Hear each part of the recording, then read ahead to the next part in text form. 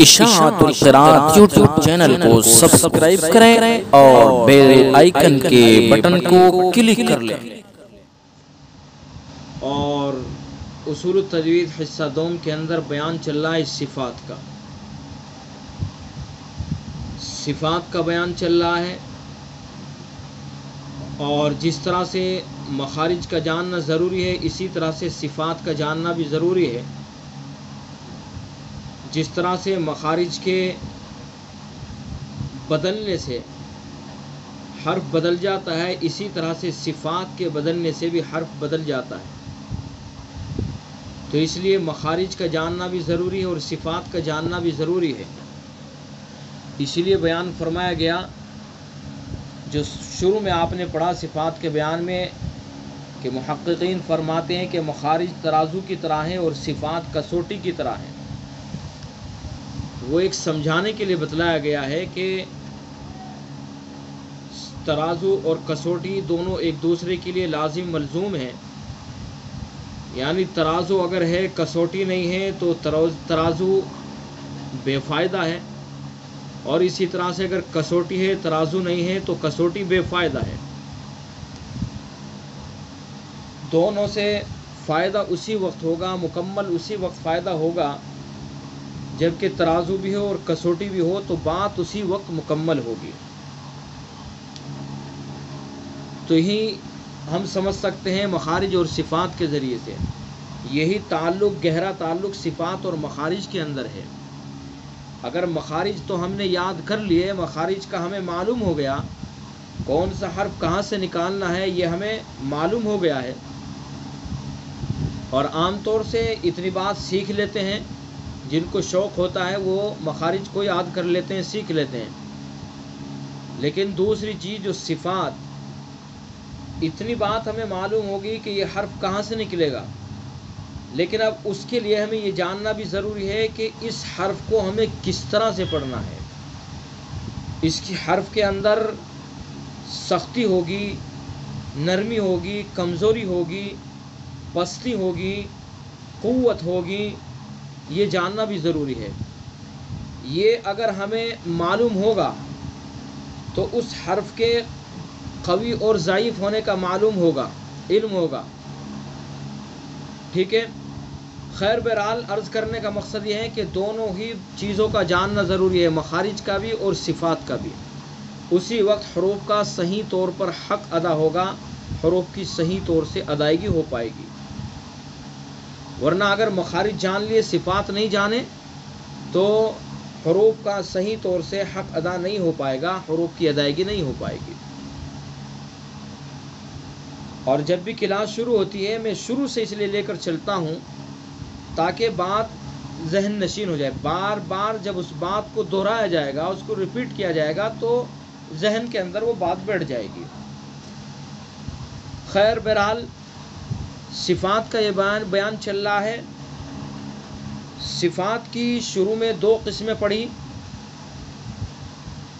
صفات کی دو قسمیں، صفات متضادہ اور صفات غیر متضادہ۔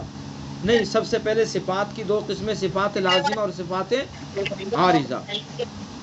صفات لازمہ وہ صفات ہیں کہ اگر وہ صفت اس حرف کے اندر نہیں پائی گئی تو وہ حرف ہی باقی نہ رہے، ٹھیک ہے۔ یہ یاد رکھیں کہ صفات لازمہ وہ ہے کہ اگر وہ صفات اس حرف کے اندر نہیں پائی گئی تو وہ حرف ہی باقی نہ رہے، یہ صفات لازمہ ہے۔ اور صفات عارضہ وہ ہیں کہ اگر وہ صفت اس حرف کے اندر نہیں پائی گئی تو حرف تو وہی باقی رہے لیکن اس کا حسن و زینت ختم ہو جائے، یہ صفات عارضہ ہے۔ صفات لازمہ حرف کے اندر ہر حال میں پائی جاتی ہے، ہمیشہ پائی جاتی ہے، اور صفات عارضہ ہر حال میں نہیں پائی جاتی، ٹھیک ہے۔ پھر صفات لازمہ یا صفات عارضہ دونوں کی دو قسمیں ہیں۔ اولاً صفات لازمہ کتنی ہیں؟ صفات لازمہ 17 ہیں۔ پھر صفات لازمہ صفات عارضہ کی دو قسمیں ہیں، متضادہ، غیر متضادہ۔ دونوں کی دو قسمیں ہیں، متضادہ اور غیر متضادہ۔ متضادہ وہ صفات ہے کہ جن کی قاریوں کے ہاں کوئی دوسری صفت ضد ہو، اور وہ 10 ہیں جن کے 5 جوڑے ہیں، ٹھیک ہے۔ اور غیر متضادہ وہ ہے کہ جن کی قاریوں کے ہاں کوئی دوسری صفت ضد نہ ہو، وہ 7 ہیں۔ تو اس طرح سے یہ صفات لازمہ صفات عارضہ 17 ہوئی کہ 10 متضادہ اور 7 غیر متضادہ۔ صفات متضادہ کے بارے میں یہ بات بتائی گئی ہے کہ ان میں سے کوئی صفت، کوئی حرف ایسا خالی نہیں ہے کہ جو ان سے جن کے اندر یہ صفات نہ پائی جاتی ہو، کوئی حرف خالی نہیں ہے۔ اور صفات غیر متضادہ سب حرفوں کے اندر نہیں پائی جاتی، بلکہ کچھ حروف ہیں ان کے اندر پائی جاتی ہے، 14 حروف ہیں، ان 14 حروف کے اندر پائی جاتی ہے۔ اور صفات متضادہ سب حروف کے اندر پائی جاتی ہے۔ صفات متضادہ میں سے ایک حرف میں کم سے کم 5 صفات کا پائے جانا ضروری ہے متضادہ میں سے، اور صفات غیر متضادہ میں سے 2 یا 3، ٹھیک ہے۔ تو اتنی بات یہ آپ سبق پڑھ چکے ہیں، میں نے اس کو پھر آپ کے سامنے دوہرا دیا، اس کو ریپیٹ کر دیا ہے۔ اب صفات لازمہ صفات عارضہ کی جو 2 قسمیں تھی، متضادہ اور غیر متضادہ، اور متضادہ 10 صفات تھی، تو ان 10 صفات کا بیان تفصیل سے چل رہا ہے۔ ان 10 صفات میں سے 4 صفات کا بیان ہو چکا ہے، ٹھیک ہے۔ وہ 10 صفات کون سی ہیں؟ 10 صفات جن کے 5 جوڑے ہیں، تو 4 صفات کا بیان ہو چکا ہے، یعنی 2 جوڑوں کا بیان ہو چکا ہے۔ ہمز، جہر اور شدت اور رخوت، ان کا بیان ہو چکا ہے۔ ہمز، جہر ایک دوسرے کی ضد ہے، یعنی جس حرف کے اندر ہمز پائی جائے گی تو جہر نہیں پائی جائے گی، جس کے اندر جہر پائی جائے گی تو ہمز نہیں پائی جائے گی۔ ہمز کا معنی ہے پست ہونا، ہمز کا معنی کیا ہے؟ پست ہونا، یہ نرم ہونا نہیں ہے بلکہ پست ہونا۔ اور جہر کے معنی ہے بلند ہونا، جہر کے معنی یہاں سختی نہیں ہے بلکہ یہاں بلندی ہے، ٹھیک ہے۔ اور ہمز کے معنی یہاں نرمی نہیں ہے بلکہ پست ہونا، یعنی جہر کے معنی جو بلندی ہے، بلند سے کچھ کم، کمزوری، ضعف، یہ ہمز ہے۔ تو ہمز، جن حروف کے اندر ہمز پائی جاتی ہے ان کو محموسہ کہتے ہیں، یعنی ہمز کو ادا کرتے وقت، جس وقت ہمز کو ادا کریں گے، آپ نے پڑھا کہ ان حروفوں کے ادا کرتے وقت آواز مخرج میں ایسی کمزوری کے ساتھ، پستی کے ساتھ ٹھہرے کہ سانس جاری رہے، اور آواز میں قسم کی پستی ہو، کمزوری ہو، سانس جاری رہے، آواز میں پستی ہو، بلندی کے مقابلے میں پستی ہو، ٹھیک ہے۔ اس کے 10 حروف ہیں۔ فحثہ شخص سکت، جن کا مجموعہ ہے۔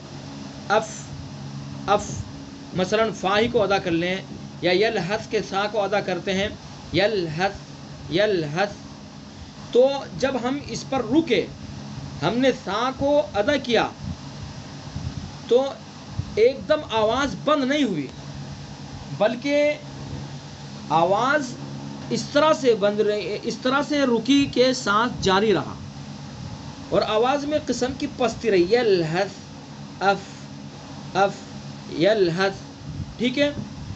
اور اس کی جو ضد ہے جہر، جہر یہ ہے کہ جن حرفوں کے اندر جہر پائی جاتی ہے ان کے اندر بلندی ہوتی ہے، یعنی ان حرفوں کے ادا کرتے وقت آواز مخرج میں ایسی قوت کے ساتھ ٹھہرے کہ سانس بند ہو جائے، سانس کیا ہو جائے؟ بند ہو جائے، اور آواز میں ایک قسم کی بلندی ہو، بلندی۔ اب دیکھیں مؤمن کا جو حمزہ ہے، ہم نے جب حمزہ کو ادا کیا تو ایک دم جو ہے آواز بند ہو گئی، مو اور آواز بلند سی ہو گئی، جیسے یلحظ آواز جو ہے جاری رہی اور اس کے اندر بلندی نہیں رہی بلکہ کیا رہی؟ پستی رہی۔ لیکن حمزہ میں مو آواز بند ہو گئی اور آواز کے اندر ایک طرح کی قوت رہی، تو یہ ہوئی جہر. اور اسی طرح سے دوسری صفت، تیسری صفت تھی شدت. شدت کے معنی سختی. ان حرفوں کے ادا کرتے وقت آواز مخرج میں ایسی سختی کے ساتھ ٹھہرے کہ آواز ہی بند ہو جائے، اور آواز میں ایک قسم کی سختی ہو، آواز ہی بند ہو جائے. جہر میں آواز بند نہ بلکہ سانس بند ہو جائے، ہمس میں سانس جاری رہے، جہر میں سانس بند ہو جائے، اور شدت میں آواز ہی بند ہو جائے. بات سمجھ میں آ گئی؟ جیسے احد، احد دال کو ہم نے ادا کیا تو آواز ہی بند ہو گئی، اور آواز میں قسم کی سختی ہے. احد، احد، ٹھیک ہے. تو یہ ہوئی شدت. جن حروف کے اندر شدت پائی جائے ان کو شدیدہ کہتے ہیں، اور یہ 8 حروف ہیں، اجید و قطن بقت، جن کا مجموعہ ہے. چوتھی صفت تھی رخوت. رخوت کے معنی نرمی کے ہیں، شدت کے مقابلے میں جو نرمی آتی ہے. ان حرفوں کے ادا کرتے وقت آواز مخرج میں ایسی نرمی کے ساتھ ٹھہرے کہ آواز جاری رہے اور آواز میں ایک قسم کی نرمی ہو. جیسے قریش، شین، قریش کا شین، دیکھیں آواز جب روک رہے ہیں تو شین میں آواز جاری ہے اور ایک قسم کی نرمی ہے. قریش. احد آواز بند ہو گئی اور آواز میں سختی ہے. قریش آواز بند نہیں ہوئی، آواز جاری ہے اور آواز میں نرمی ہے. ٹھیک ہے. تو یہ تھی 4 صفات ہم جو پڑھ چکے ہیں. اب آئیے اگلی صفات پڑھتے ہیں. انہی میں سے دیکھیے ایک توسط ہے. چلیے کتاب کے اندر پڑھتے ہیں، کتاب اسکرین پر شیئر کرتا ہوں. اب اگلی جو صفت ہے توسط. توسط ان 10 صفات کے اندر نہیں ہے. توسط کے معنی ہی درمیان کی صفت ہے. ان 10 صفات جو متضاد ہیں ان کے اندر نہیں ہے. یہ اس کو سمجھتے ہیں توسط. توسط کے معنی بیچ میں ہونا. چونکہ یہ الگ سے صفت نہیں ہے تو اس کو الگ سے شمار نہیں کیا گیا، ان 10 سے الگ نہیں رکھا گیا اس کو. توسط کے معنی ہے بیچ میں ہونا. جن حرفوں میں یہ صفت پائی جائے ان کو متوسطہ اور بینہ، بینیہ کہتے ہیں. ٹھیک ہے. اصطلاحی معنی ان حرفوں کے ادا کرتے وقت آواز کا کچھ بند اور کچھ جاری ہونا. جیسے حل کے لام میں دیکھیے صفات متضادہ 10 ہیں، تو ان 10 کے اندر یہ توسط نہیں ہے، اور یہ اس لیے اس کو الگ سے ان 10 کے اندر اس لیے اس کو شمار نہیں کیا گیا کہ یہ الگ سے کوئی صفت نہیں ہے. جیسے اور صفات ہیں الگ سے، یہ الگ سے صفت نہیں ہے. اس کی جو معنی ہے بیچ میں ہونا، یہ الگ سے اس لیے نہیں ہے کہ جن حرفوں میں یہ صفت پائی جاتی ہے تو ان حرفوں کے ادا کرتے وقت آواز کا کچھ بند ہو جانا اور کچھ جاری ہونا ہے. نہ تو یہ ہے کہ آواز بالکل بند ہو گئی، نہ یہ ہے کہ آواز جاری رہی، بلکہ آواز کا کچھ بند ہونا کچھ جاری ہونا. تو اس لیے یہ توسط ہے. جن حرفوں میں پائی جاتی ہیں ان کو متوسطہ اور بینیہ کہتے ہیں. اس لیے اس کو ان 10 صفات ہیں ان سے الگ رکھا گیا ہے. ان حرفوں کے ادا کرتے وقت آواز کا کچھ بند اور کچھ جاری ہونا. جیسے حل کے لام میں، حل کے لام میں کہ نہ تو آواز فج کے جیم کی طرح بالکل بند ہو جاتی ہے اور نہ عش کے شین کی طرح خوب جاری. ایسے حروف 5 ہیں جن کا مجموعہ لن عمر. یہ لن عمر ہے جو توسط کے حروف ہیں. یعنی جو حل کا لام ہے، حل کے لام پر جب ہم نے لام کو ادا کیا،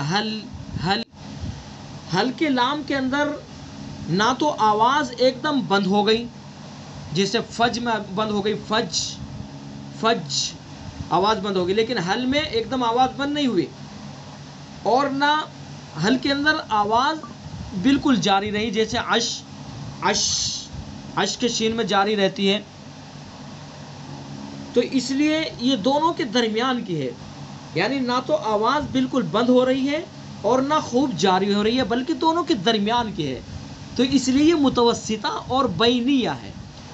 یہ 5 جو حروف ہیں لن عمر، ان کو ادا کرتے وقت اسی طرح سے یہ صفت ادا ہوگی کہ نہ آواز پوری بند ہوگی اور نہ آواز خوب جاری ہوگی، ٹھیک ہے؟ تو اس لیے اس کو ان 10 سے الگ رکھا گیا ہے۔ توسط کے معنی بیچ میں ہونا، جن حرفوں میں یہ صفت پائی جائے ان کو متوسطہ اور بینیہ کہتے ہیں۔ اصطلاحی معنی ان حرفوں کے ادا کرتے وقت آواز کا کچھ بند اور کچھ جاری ہونا، جیسے حل کے لام میں کہ نہ تو آواز فج کے جیم کی طرح بالکل بند ہوتی ہے اور نہ عش کے شین کی طرح خوب جاری۔ ایسے حروف 5 ہی جن کا مجموعہ لن عمر ہے۔ دیکھیں نیچے تنبیہ کے اندر اس کو بتا رہے ہیں۔ تنبیہ، صفت توسط کوئی مستقل صفت نہیں ہے کیونکہ اس میں کچھ شدت ہوتی ہے اور کچھ رخوت، اسی لیے اس کا شمار بھی ان 10 میں نہیں ہے۔ جو 10 ہیں متضادہ ان میں اس کا شمار نہیں ہے، کیونکہ جب مستقل صفت نہیں ہے، کچھ اس کے اندر شدت ہوتی ہے، کچھ اس کے اندر رخوت ہوتی ہے، یعنی ان حروف کو ادا کرتے وقت نہ آواز پوری بند ہوتی ہے نہ آواز خوب جاری ہوتی ہے، دونوں کے درمیان کی ہوتی ہے، یعنی تھوڑی رخوت ہوتی ہے تھوڑی شدت ہوتی ہے، تو دونوں کے ملا کر کے دونوں کے درمیان کی بیچ کی ہوئی، تو اس لیے اس کا نام کیا ہے؟ توسط ہے۔ بات سمجھ میں آ گئی؟ صفت و توسط شدت اور رخوت دونوں کی ضد ہے۔ یہ توسط چونکہ نہ تو یہ شدت ہے نہ یہ رخوت ہے بلکہ دونوں کے درمیان کی ہے، تو اس لیے یہ دونوں کی ضد ہے، شدت اور رخوت کی، یعنی جن حروف میں شدت پائی جائے گی توسط نہیں پائی جائے گی، اسی طرح سے رخوت پائی جائے گی تو بھی توسط نہیں پائی جائے گی، تو شدت اور رخوت دونوں کی ضد ہے، اور یہ دونوں توسط کی ضد ہے، دونوں توسط کی ضد ہے، ٹھیک ہے؟ پس شدت رخوت توسط تینوں میں سے ہر حرف میں ایک ہی صفت پائی جائے گی، یعنی ایسا نہیں ہے تینوں صفت تینوں ایک دوسرے کی ضد ہو گئی یعنی ایک حرف میں ایسا نہیں ہے کہ شدت بھی پائی جائے اور توسط بھی پائی جائے، یا رخوت بھی پائی جائے اور توسط بھی پائی جائے، ایسا نہیں ہے۔ اگر شدت پائی جائے گی تو رخوت اور توسط نہیں پائی جائے گی، اور اگر رخوت پائی جائے گی تو توسط اور شدت نہیں پائی جائے گی، اور اگر توسط پائی جائے گی تو شدت اور رخوت نہیں پائی جائے گی۔ بات سمجھ میں آ گئی؟ خیر، یہ ہے صفت توسط۔ اس کے بعد 5ویں صفت استعلا۔ استعلا، یہ استعلا آپ اصول التجوید حصہ اول کے اندر پڑھ چکے ہیں، جو مستعلیہ کے نام سے آپ نے پڑھا ہے۔ پر اور باریک حرفوں کا جو بیان شروع ہوا تھا وہاں آپ نے شروع میں پڑھا کہ حروف مستعلیہ 7 ہیں جن کا مجموعہ خصا ضغط قز ہے، یہ ہمیشہ ہر حال میں پر پڑے جاتے ہیں، تو یہ وہی مستعلیہ وہی استعلا ہے، یہ ٹھیک ہے، اور وہی حروف ہیں جن میں صفت استعلا پائی جاتی ہے۔ تو استعلا یہاں اس کے معنی بتائے جا رہے ہیں اور اس کو سمجھایا جا رہا ہے۔ استعلا کے معنی بلند ہونا، جن حرفوں میں یہ صفت پائی جائے ان کو مستعلیہ کہتے ہیں، بلند ہونا۔ اصطلاحی معنی ان حرفوں کے ادا کرتے وقت زبان کی جڑ کے اکثر حصے کا تالو کی طرف اٹھ جانا۔ زبان کی جڑ، جو زبان کی جڑ ہے پچھلا حصہ، ان حروف کو جب ادا کریں گے تو اس کا اکثر حصہ تالو کی طرف اٹھ جاتا ہے ان کو ادا کرتے وقت، جیسے قاف، اق، اق، اق، اخ، اخ، اص، یعنی ان حروف کو، جو حروف مستعلیہ ہیں، جو استعلا کے حروف ہیں، ان حروف کو ادا کرتے وقت زبان کی جڑ کا اکثر حصہ تالو کی طرف اٹھ جاتا ہے، جس کی وجہ سے یہ حروف کیا ہو جاتے ہیں؟ موٹے ہو جاتے ہیں، پر ہو جاتے ہیں، موٹے ہو جاتے ہیں، پر ہو جاتے ہیں، قا، اق، اق، اخ، اص، ٹھیک ہے، اض، موٹے ہو جاتے ہیں۔ جیسے خلق، خلق کے خا اور قاف میں جتنے بھی حروف ہیں آپ ان کو پڑھیں گے جب، ایسے حروف 7 ہیں جن کا مجموعہ خصا ضغط قز ہے، ٹھیک ہے، یہ ہے صفت استعلا۔ استعلا کے معنی بلند ہونا، ٹھیک ہے، ان حرفوں کے ادا کرتے وقت زبان کی جڑ کے اکثر حصے کا تالو کی طرف اٹھنا، اوپر کو اٹھنا، بلند ہونا، جس کی وجہ سے یہ حروف موٹے ہو جاتے ہیں۔